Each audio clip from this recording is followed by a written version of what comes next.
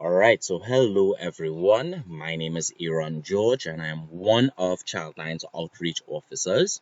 And today I'll be doing a video on coping and exam preparation. This is being hosted by ChildLine, which is a non-governmental organization dedicated to the welfare and protection of children and young people in Trinidad and Tobago. So we have three main services that are offered at the organization. We have the helpline, which is available all day, all night, and it's free to contact the helpline. You can get in touch with the helpline at 800-4321. The second part of ChildLine is called the Outreach Unit, and that's where officers like myself will facilitate workshops and webinars on psychosocial issues, things like bullying, anger management, puberty, coping with stress, and so on. And the final part of ChildLine is called the Counseling Unit, and this is where persons could receive free psychosocial and mental health support. So, we're going to begin today's presentation now. And just to create some context, as a result of the current global enemy, which is COVID-19, learning has taken a new form. Now, schools have been closed as part of the national response to slow the spread of the coronavirus, forcing students to stay at home in order to stay safe. And of course, this is within the boundaries of Trinidad and Tobago. Granted, there have been many other countries where persons have, or ministerial or government officials have made the decision to close schools, close borders, and make other changes in an attempt to slow the spread of the virus. Now, because of this, learning has shifted from face to face to classroom settings or virtual platforms. Parents had to homeschool their children. Teachers had to find strategic ways of keeping 30 plus students engaged via Zoom or Skype or Microsoft Teams. And students also had a greater responsibility now because they had to be more active in their academic development by becoming more disciplined and even being self-taught in some cases. Now, despite all of these challenges, life continues. And I know that everyone is probably ready to get back out into their schools, to get back out interacting with their friends, to be able to hug people. But everyone must find ways of adapting to the current situation for what it is at this time. So it's currently a state of emergency. That's fine. Always keep in mind that life continues and we just need to take it by the day. Now, at the end of the day, we still want to learn and we need to become educated in order to grow. So COVID-19 should not completely prevent us from accomplishing any of the goals that we have set for ourselves. We just have to take personal responsibility to ensure that we achieve those goals. So, as I mentioned previously, COVID-19 has changed many aspects of daily life, and I'm sure you could already think of several ways life has changed. Persons have experienced job loss, organizations have closed down or even halted their operations. Social distancing has affected the ability to interact as we normally would. Restrictions have been placed on leisurely activities. Families had to adjust to being around each other constantly. So there has been a lot of changes that have taken place, but the world is your oyster. We are all here to live, and our individual missions are not going to be the same. So some of us may have to be coping with online learning right now, some of us with job loss, some of us providing food for our families. But always keep in mind there's no shortage of destinies, roles, or dreams to fill.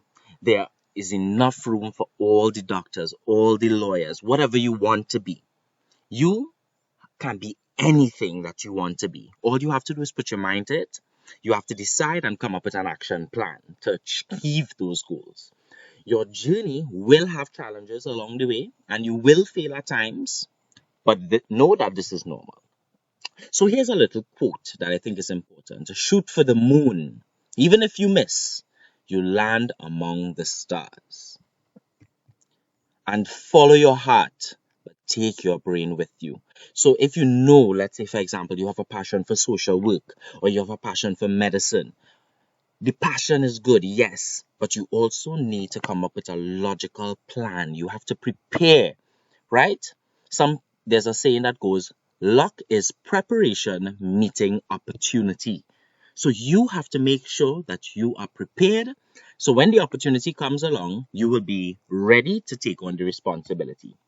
So this is a question I want you to just think about in your spare time. And in your own words, what does success mean to you, or what does it look like? Is it financial independence, having a family, being single forever, having pets, becoming famous, staying out of jail, or living to a certain age, or any other definition that you may have? Because once we know what our definition of success is, it makes it a lot easier for us to come up with a plan, because we know where we're heading. We just need to come up with the steps to get there. And also, I want you to think about, if you have exams or you're preparing or helping someone prepare for exams, what are you most nervous about when you think about the upcoming examinations? Because these are important questions for us to have the answers to, because it will help us have an opportunity to develop and grow.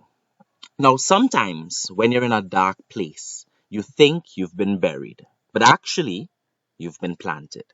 And this is a quote I want us all to keep in mind, because though times are hard right now, we are being planted for something so much greater. So, I want to urge everyone to ensure that you work on creating a meaningful life. Some people think that life just has meaning. Other people believe that you have to create your meaningful life, right? And as a child or a youth, you have endless options. The onus is on you to think about what you want to do with the rest of your life and start working towards it. You will not be able to live the life you want if you do not take action. And this applies across the board with relationships, friendships, academics, sports. You have to practice, you have to put your mind to it. So, I know that the times are difficult, and these are some of the challenges that I know generally are faced by students, and stress is number one, right? And when we ask ourselves, what is stress? It is a natural response to events or situations that make us feel uncomfortable. It is a state of mental, physical, and or emotional tension resulting from adverse or demanding circumstances, and it is also experienced by all people. Now, we can manage the stress that we're experiencing in different ways, and these are known as coping strategies. So, as a student, have you ever felt like this? That you're in an exam for 90 minutes, and the first 85 minutes you have no idea what's going on, but in the last 5 minutes you're rushing and scrambling to get it done. What about this? Before online class, you might feel all neat and prepared and ready. And then 5 minutes after being in school, you feel distressed, you feel frustrated, you feel confused, you feel disheveled. And how true is this? One day before the exam, I become the most religious person in the world. Yeah.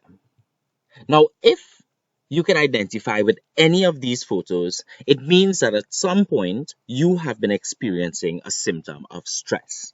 And there are many other stressors: the upcoming examinations, dealing with online learning, uncertainty about the future or the next stage of their life, not knowing when you'll be able to play with your friends as you previously did, COVID-19 and its impact on all aspects of life, conflict at home, taking on the stress of parents, and having to be an adult child. So, you have to get up and you have to cook for yourself, you have to drop your little brother and sister to school. Now, nothing is wrong with helping out, but sometimes it can add a level of pressure to your lives. Yes? Now, there's good stress and there's bad stress. Good stress is that little bit of anxiety that you might experience before you go into an exam or before you run a race. And that's good because it's going to help you to run a little faster, write think a little clearer, write a little quickly, and so on. But then there's also distress, which is bad stress. And this is where you start freaking out because you probably are too worried or too stressed out by whatever activity you're engaging in. So this is where some people may go into exams and they may fall asleep, or some people may start a race too soon or false start, so to speak. Yes? So having a right balance of stress is important. Okay? Now, there are many benefits of stress as well. A good source of motivation, it increases your work efficiency, it can boost your memory, and it could increase self-awareness. Provoking creativity is another benefit of stress. Now, dealing with virtual learning can be tiring, but I also want to encourage you to treat your online classes like a real class because it is, in fact, a real class. The only thing that has changed is the setting. Okay? And you have to hold yourself accountable because you are responsible for your learning. Your teachers have passed that stage, parents have passed that stage. It is now your turn to cross this particular bridge. And you have to take responsibility for your learning because if you cheat and if you hide and if you run and if you let your parents or your friends or you copy homework from other people, when you go into the exam, you're there by yourself. So keep that in mind to hold yourself accountable. Practice time management because you only have a limited time until the exam. Create a regular study space so that you get into, whenever you're in that space, you know your brain gets trained so that it's prepared to do schoolwork. Eliminate or avoid distractions. So don't try setting up the space in front of the television because you know you might be looking away from the book to watch TV if someone else is watching TV, or you might be tempted to watch TV as well. Right? Figure out how you learn best. So if you know that you write and learn and retain the information easily, continue to do so. If you know that you hear things or you have to or you read and remember, please practice in the modes that you're accustomed. Actively participate in the activities or discussions that are happening online or on YouTube and so on, because this is going to allow you, it's the practice that's going to make permanent with the schoolwork. And leverage your network, which basically means if you have friends who are good in subjects and so on, you all can help each other out. So, overall, how can we manage our stress levels for exams and daily? Know that for exams, just like when you go to the doctor, you have to know what's causing the illness to know how to cure the illness. With studying, it is an essential part of being a successful student. And yes, it is exhausting and draining and time consuming. And there are things that can be done to reduce the stress that is associated with exams so that we don't end up falling asleep on ourselves. Now, when you're studying at home or at school, things that you can do would be write and understand notes in your own words. If you, just like I said, know how you learn best by writing things down. Remember, in the exam, you're required to write. So you're also giving yourself that opportunity to create some kind of muscle memory. So when you're writing, you get a better gauge as to how much time you have, how quickly you need to write, how legibly you need to write, and so on. Right? Don't be afraid to ask questions. The period before the exam is the time to make all the mistakes. So if you know that you have questions in your mind about a particular topic or a particular question, please be brave and ask your teachers and ignore the judgment of other people. Sometimes they themselves don't know the answers to the questions, and in other situations, they also want to ask, but they're too afraid to ask. Okay? Quiz yourself. Because by quizzing yourself over and over and over and over and over, you're going to create a clear pathway from the information that you're learning to your brain, to a part of your brain where the information will be stored. And by quizzing yourself, you're also practicing bringing out that information. Right? Organize your books and stationery in one place and also set clear goals. So you should always aim to try and have your paper completed within the stipulated time that you're going to have for the exam. So if you have 45 minutes for a math exam in the real exam, practice doing your past papers and so on in 45 minutes. Of course, when you're studying, you may have to be there a little longer. And there are other things that you could do that will help impact your performance, because every aspect of your life is going to help you where studying is concerned. Start your day with a relaxing ritual. Eat right. Very important, so that your brain and your body has the energy. Getting enough sleep is so important with information consolidation, which is basically sending information from your working memory or your short-term memory to your long-term memory. So sleep is important, and it helps you cope with stress. Exercise to help release some of the tension in our muscles and in our bodies, and also to help keep our mind and our body healthy. Time management, extremely important, and also some creativity. So, we are also tasked with coping with online learning. And netiquette is short for basically internet etiquette. And just like etiquette is a code of polite behavior in society, netiquette is a code of good behavior on the internet. And this is what students like yourself would need to practice when you are studying and coping with your online learning. So, while doing your online learning, a couple of things to remember. Don't strive for perfection. Don't beat yourself up when you make a mistake. Okay? Mistakes are normal, and it's evidence that you are actually trying. What's important is that you get back up and continue.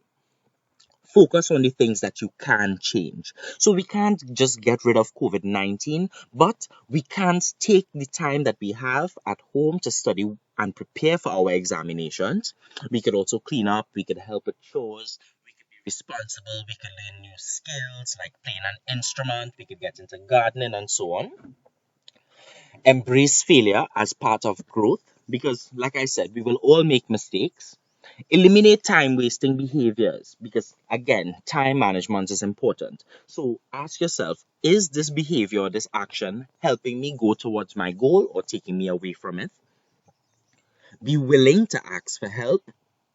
Stay focused on the present moment and disconnect from the judgment of others because you have to know and work and ask questions and be confused and in order to get that clarity. Okay? And always do whatever you could to preserve your childhood and to cope as best as you can.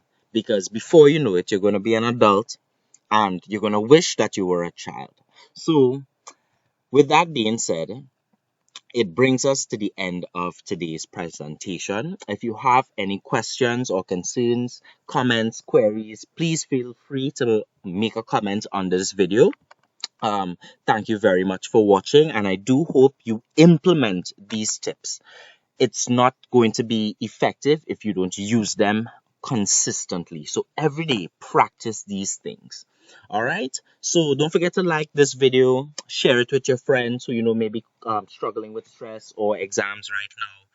And always remember that ChildLine is there to assist you in any way possible. Thanks very much for watching, and do enjoy the rest of your day.